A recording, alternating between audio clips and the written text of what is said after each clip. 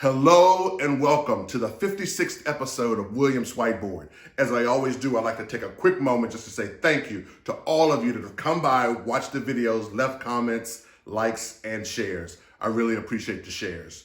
So on today's 56th episode, I want to talk about the concept of the Incumbents Advantage. Okay, so let's dive in. Last week, I had a government coaching client, and one of the questions that came up during our coaching session was, how do you preclude the incumbent's advantage? So let me draw for you. When the government awards a contract, okay, there is a successful offerer. When the government awards that contract, again, recompetes that contract, and there's likely a second opportunity, this successful offerer becomes the incumbent, okay? The person that's been doing the work. And the question was, how do you preclude this person from having an incumbent's advantage? Okay. That it's not wired, that's a lot of times I hear a phrase, that it's not wired for the incumbent. First of all, I would say, number one, the incumbent's advantage, IA, is a thing, okay? It is absolutely a thing, okay? It's real. If an incumbent has been responsive and done good performance, then they should know about your requirements. They should know about the culture and the organization, okay? They should know about the comms strategy. What is your preferred comms communication strategy, all right? They should have relationships.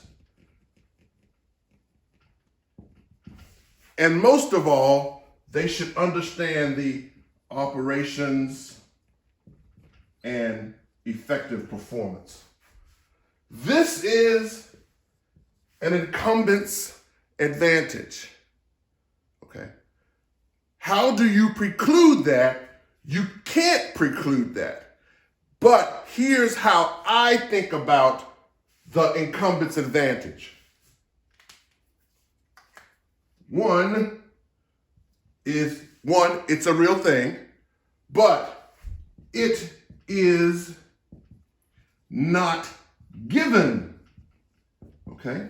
This is based on government requirements, okay? So the best thing you can do to preclude the incumbent's advantage or not lean into it is to focus on the government requirements, okay? If those government requirements are known, the culture is understood, the communication strategy is known, the relationships are there, and the operations and performance do well, then there will be a connection between the two. But the incumbent's advantage is not given. Here's what happens. It is demonstrated. It is demonstrated, okay? The incumbent's advantage is demonstrated. It is not given, it is earned, okay?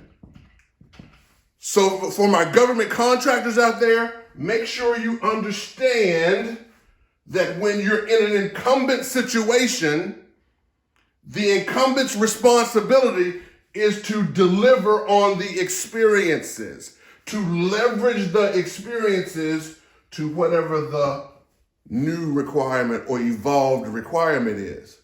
but that for my government clients and my government colleagues, the Incumbents Advantage is not given.